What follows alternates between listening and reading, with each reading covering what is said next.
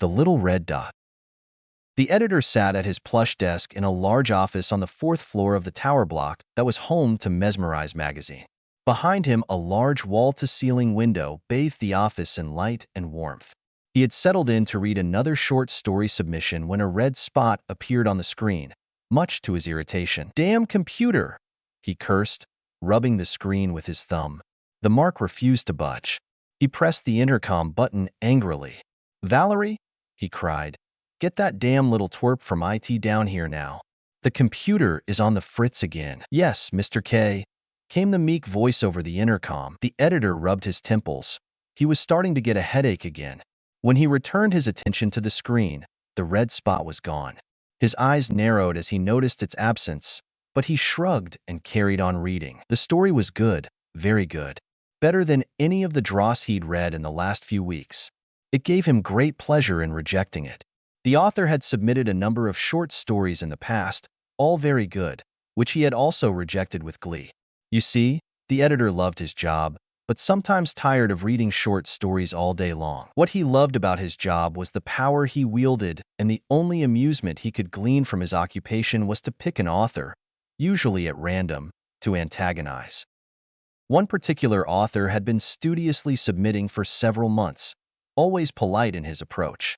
The editor had been grooming him, rejecting his stories automatically in an attempt to solicit a reaction.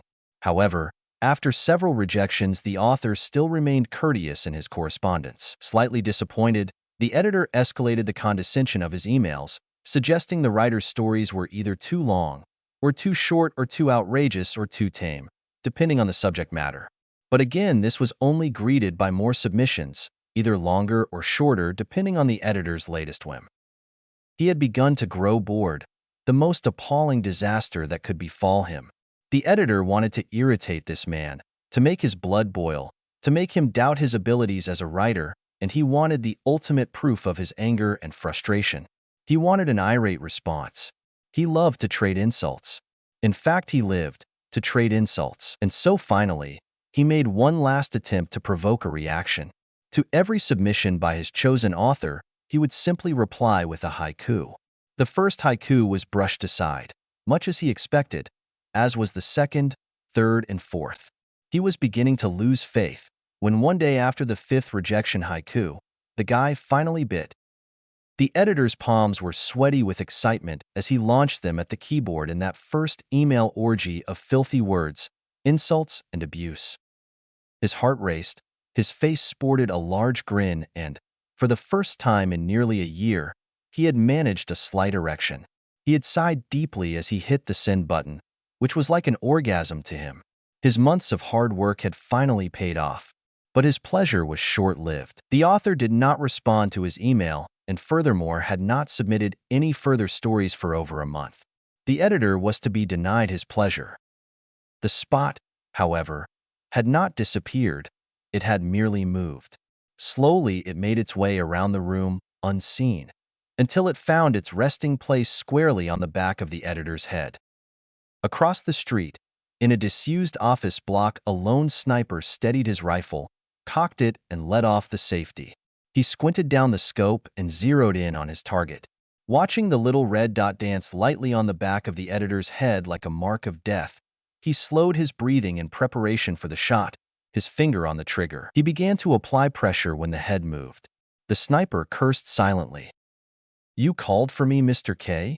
Danny, the IT junior, asked meekly as he knocked and entered the office to the editor's urgent beckoning. "Yeah, this damn computer had a red mark on the screen a minute ago. It's gone now, but I don't want it to come back." "Sure," Danny said nervously, as the editor rose from his seat and Danny took his place in front of the computer. "Let's see," he mumbled with anxiety. He hated Mr. K, who was usually short-tempered and rude.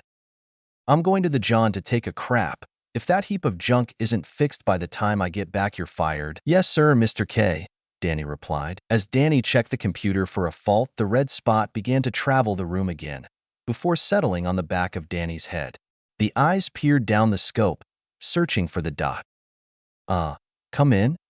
Danny said tentatively in reply to the secretary's timid knock. "Some letters for Mr. K. I'll just leave them on his desk." she whispered as she placed the papers neatly on the bureau. Danny returned to his work, searching in the root directory for corrupt files when he spotted a misplaced media document. It was a video clip. Curiously, he fired it up. Just as quickly, he shut it down again, gasping in shock and horror. The video clip was sick child pornography. Danny began to feel nauseous as he counted nearly a dozen more files in the directory. Is that computer fixed yet? It damn better be. Danny nearly doused his shorts as the editor burst into the room. He quickly closed the screen. Why, yes, sir, Mr. K. Well then, stop gawking and get the hell out of here. I'm busy, dismissing the boy without gratitude. The editor returned to his desk, and the sniper watched him through the scope as he began to write the next rejection email. The editor was busy imagining the irritation he could cause with his words, typing away with abandon. Once finished, he hit the send button and let out a contented sigh. It was then that he noticed the pile of letters. He picked up the first and opened it, a circular which he screwed up and threw at the bin.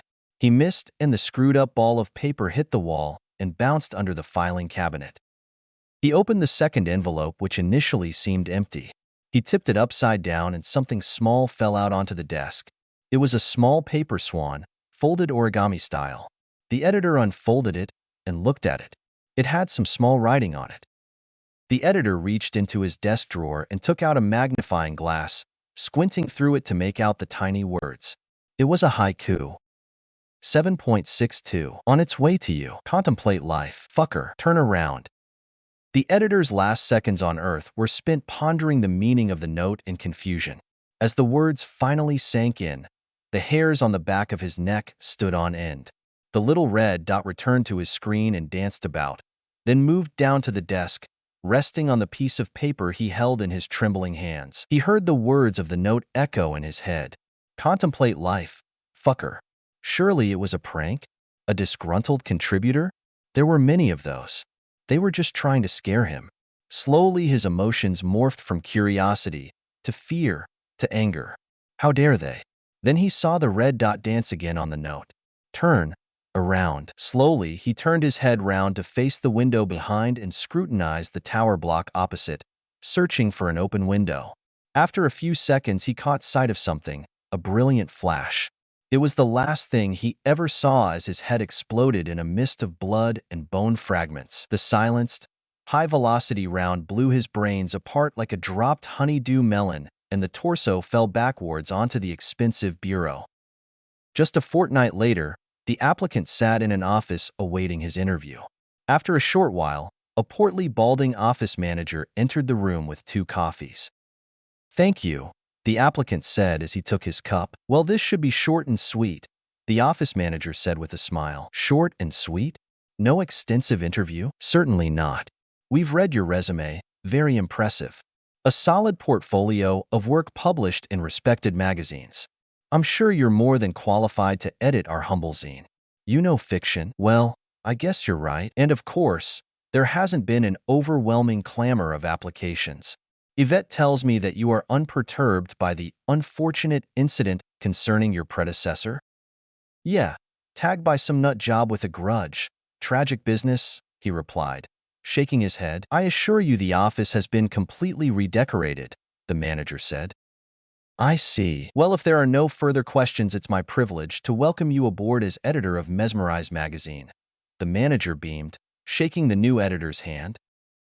As he took his seat at his new desk, he swiveled to take in the view from the large window. From this vantage point, he could see the entire city. He picked up a piece of paper from the desk and with practiced movements, folded it into a neat paper swan and sat it on the desk.